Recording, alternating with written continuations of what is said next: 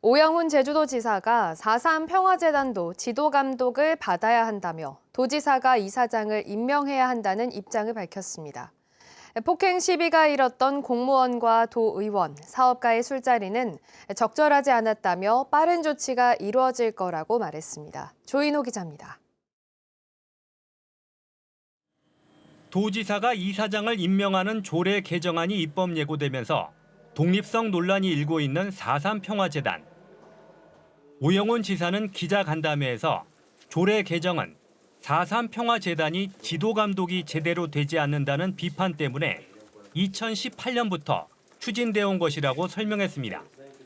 정부와 제주도가 1년에 100억 원을 지원하는 출자 출연 기관인 만큼 이사장을 이사회가 선출하는 현행 방식은 법적으로 문제가 있다는 것입니다.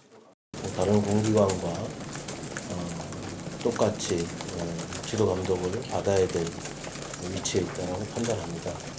아무리 좋은 일을 한다고 하더라도 국민적 동의와 법 앞에서의 평등은 같이 적용돼야 한다고 생각합니다.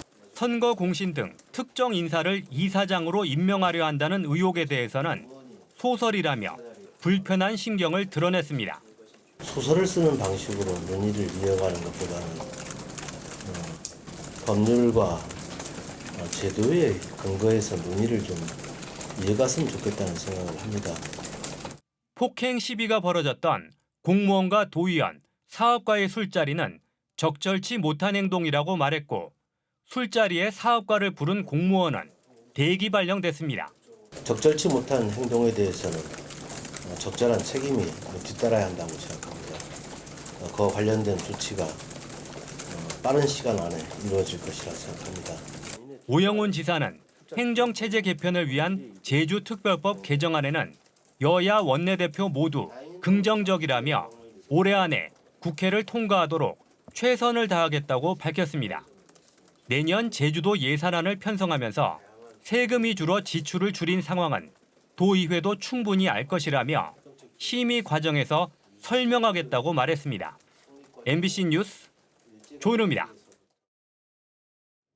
한 대기업이 시공을 맡은 빌라가 입주 전 하자 문제로 주민들의 민원이 잇따르고 있다는 소식 전해드렸는데요.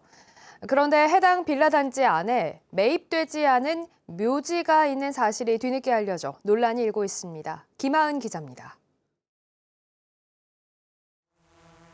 최근 준공 허가를 받고 입주를 시작한 제주 시내 한 빌라 단지. 단지 한가운데 흙밭이 휑하게 방치돼 있습니다. 옆에는 조경용 나무와 잔디가 잘 가꿔져 있지만 아직 이 땅만 아무것도 없이 공터로 남아 있습니다. 입주민들은 물론 시행사도 함부로 손댈 수 없는 사유지이기 때문입니다. 처음에 저희는 그 모델하우스라든지 이런 광고 팜플렛 이런 데에서는 그곳이 그 잔디 내지는 조경 이런 공간인 줄 알고 놀이터의 일부라고 알고서는 이제 다들 분양을 받았는데 너무 놀랐죠. 그러니까 몰랐던 사실이 있었으니까. 단지 내 사유지가 있었음에도 입주민들은 계약 당시 시행사 측으로부터 어떠한 설명도 듣지 못했다며 불만을 제기합니다. 더군다나 해당 사유지가 묘지라는 사실은 입주자들이 등기부등본을 직접 떼고서야 알게 됐습니다.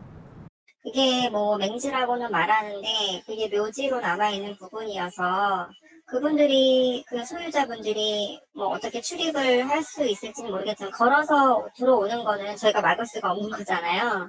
시행사 측은 공사를 시작할 당시에는 주인을 찾을 수 없는 무연고 묘지였고 공사 중에 땅 주인이 등기를 등록했지만 매입 의사를 밝히지 않아 사유지로 남겨둘 수밖에 없었다고 설명했습니다. 또 입주자 공고문에 묘지 관련 내용이 있어 입주자들이 충분히 알 수 있었다고 밝혔습니다. 입주자들은 시행사가 계약상 중요한 사실을 구두로 설명할 의무를 지키지 않았다며 손해배상 청구 소송을 검토하고 있어 논란은 더 커질 것으로 보입니다. MBC 뉴스 김하은입니다.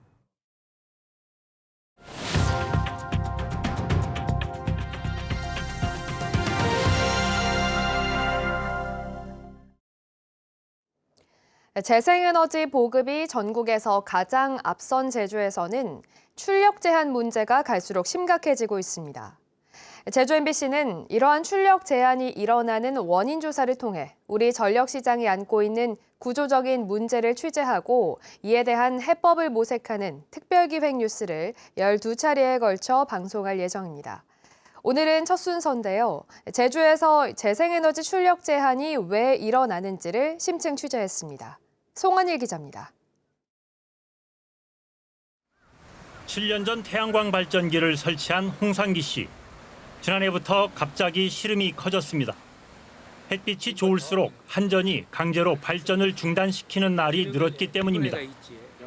지난해 30여 차례 출력 제한을 한 데 이어 올해는 봄에만 벌써 30차례를 넘었습니다. 지금까지 손실액만 수천만 원이 넘습니다. 대출 거의 한 70%, 자기 자본 한 30% 해가지고 대출 받아서 지금 가는데 그 이자 원금 누가 이거 책임을 지고. 출력 제한 통보는 SNS 문자로 몇 분 전에 이루어졌고 구체적인 설명도 보상도 없었습니다. 홍 씨는 태양광 발전 사업자 11명과 함께 출력 제한이 부당하다며 행정소송을 냈습니다. 재생에너지를 권장하면서 왜 지금에 와서는 출력 정지가 이루어지면은 피해보는 부분에 대해 가지고 뭔가 보상 체계가 있어야 될 거 아니냐. 이곳만이 아니라 제주도 내 곳곳에서 출력 제한이 증가하고 있습니다. 처음에는 풍력 발전에 대해서만 이루어졌으나 지금은 태양광까지 확대됐고 출력 제한 횟수와 양 모두 빠르게 늘고 있습니다. 2015년 처음 풍력 발전 출력 제한이 3차례 발생한 뒤 지난해에는 100차례를 돌파하며 7년 만에 35배 늘었습니다. 태양광 발전 출력 제한도 재작년 처음 시작돼 빠르게 늘고 있습니다. 올해는 6달 만에 작년에 2배 가까이 늘었습니다. 최근 6년간 출력 제한으로 발생한 손실만 176억 원. 문제는 앞으로 더 늘어날 것이란 우려입니다.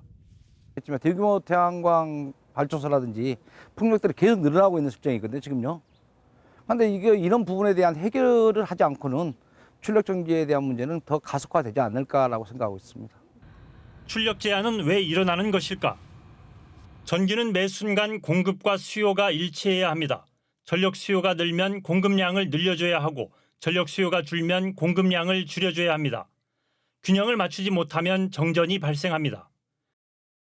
출력 제한은 전력 수요가 떨어질 때 강제로 전력 공급량을 줄여 균형을 맞추는 것입니다. 현재 제주에 전력을 공급하는 발전 설비는 크게 3가지. 화력발전소 910메가와트와 육지에서 전기를 공급받는 해저연계선 400메가와트, 재생에너지 876메가와트로 모두 합하면 2000메가와트를 넘습니다. 제주 지역의 최대 전력 수요가 대략 1000메가와트인 점을 감안하면 발전 설비 용량이 2배 더 많습니다. 바람이 없거나 햇빛이 약해 재생에너지 발전량이 부족할 경우에 대비해 화력발전소와 해저연계선 용량을 충분히 확보한 것입니다. 특히 화력발전기는 한 번 멈추면 다시 가동하는데 최소 몇십 분이 걸립니다. 또 고장나면 몇 개월을 기다릴 수도 있습니다. 이 때문에 전력당국은 비상 상황에 대비해 항상 돌아가고 있어야 하는 필수운전 화력발전기를 운영하고 있습니다. 제주에는 현재 넉 대 200메가와트가 운영 중입니다. 전통적인 발전 설비도 한두 대 고장 나도 우리가 전기를 중단 없이 쓸 수 있도록 하기 위해서 최소한 4대 정도 운영하고 있습니다. 봄과 가을 제주 지역의 전력 수요가 가장 낮을 때는 450메가와트 수준.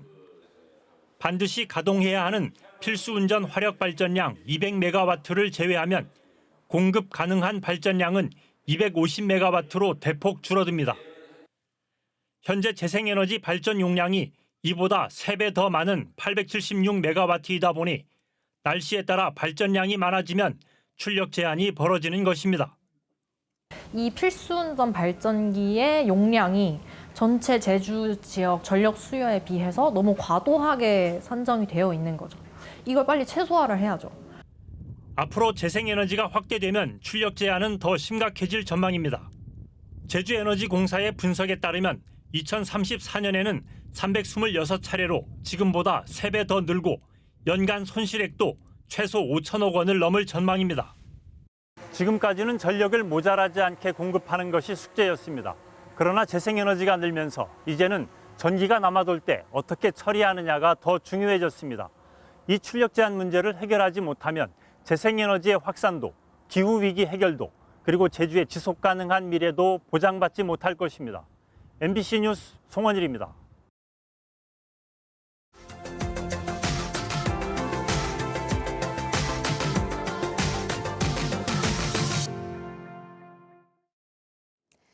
요즘 섬진강 하류에 가면 연어를 많이 볼 수 있습니다. 북태평양으로 여정을 떠났던 연어들이 산란기를 맞아 고향인 섬진강으로 돌아오는 건데요.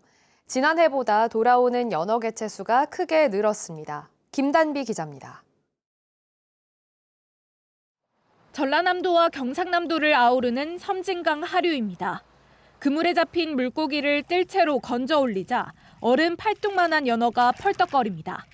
북태평양 베링해와 알래스카 연안에서 15,000여 킬로미터를 헤엄쳐 돌아온 연어들입니다. 깨끗한 수질에 수온도 적정한 섬진강 하류는 우리나라 최남단 연어 산란장입니다. 지난달부터 산란기를 맞은 연어 400여 마리가 돌아왔습니다. 지난해 같은 기간보다 4배 가까이 늘었습니다. 자연 환경 조건, 즉 강의 유량 등 적정 환경이 조성되었기에 평년보다 많은 어미연어가 전남해양수산과학원은 지난 1998년부터 암수 연어들을 잡아 인공 수정시키고 이듬해 3월이 되면 치어들을 다시 강으로 돌려보내고 있습니다.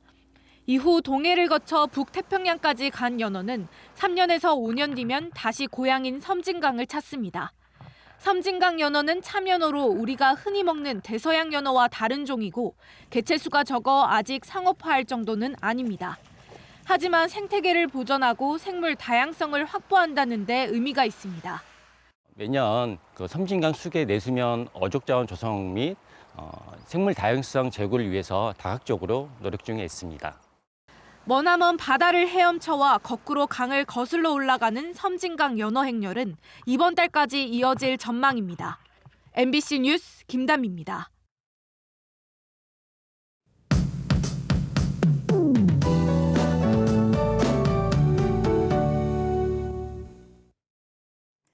하루 사이 바람결이 차가워졌습니다. 북서쪽에서 찬 공기가 내려오면서 중부지방은 올가을 첫 한파특보가 내려졌는데요.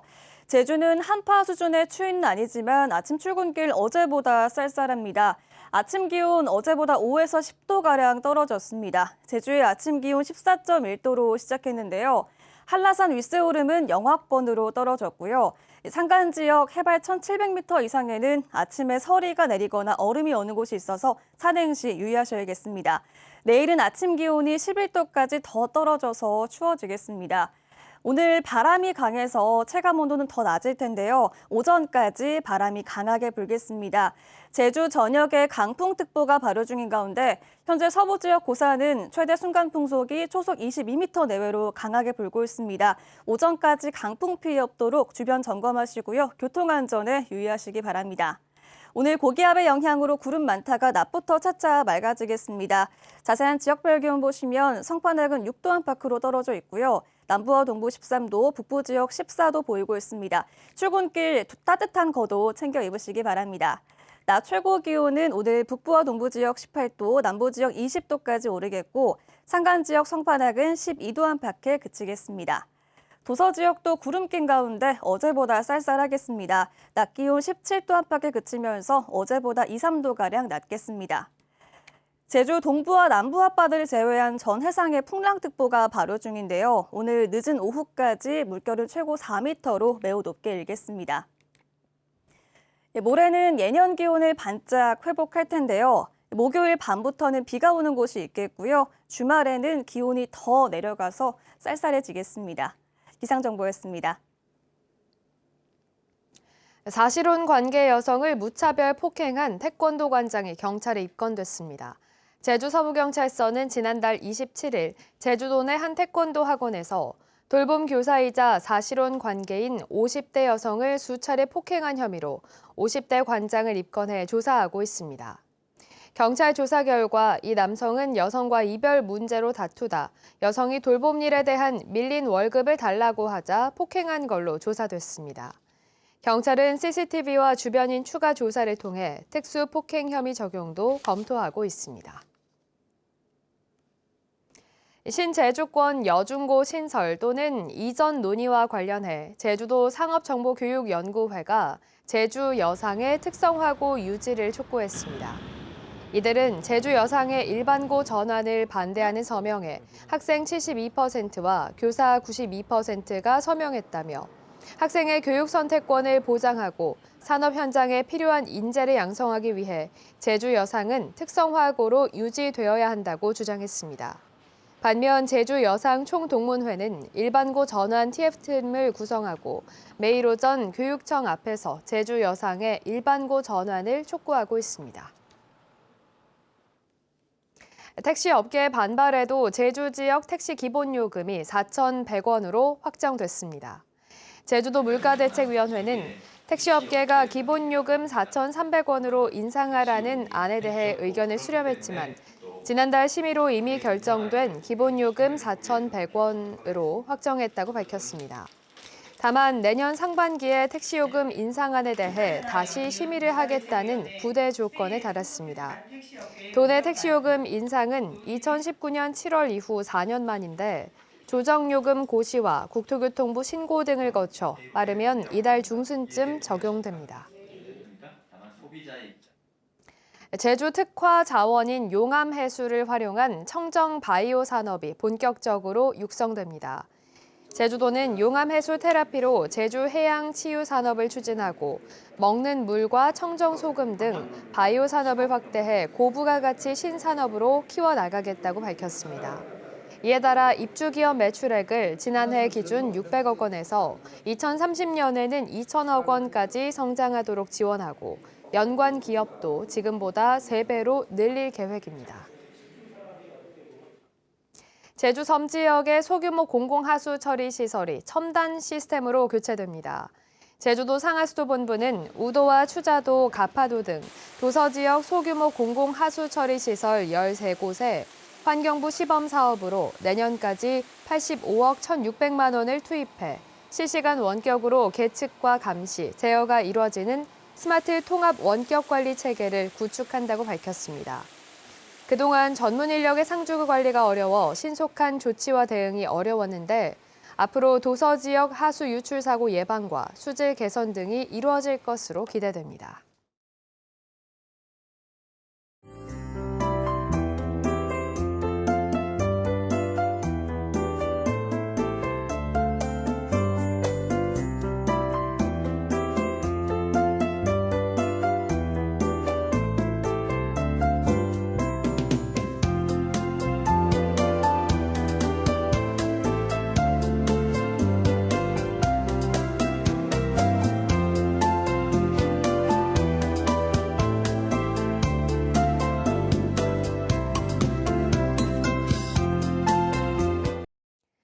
네, 뉴스투데이 제주를 마치겠습니다. 여러분 고맙습니다.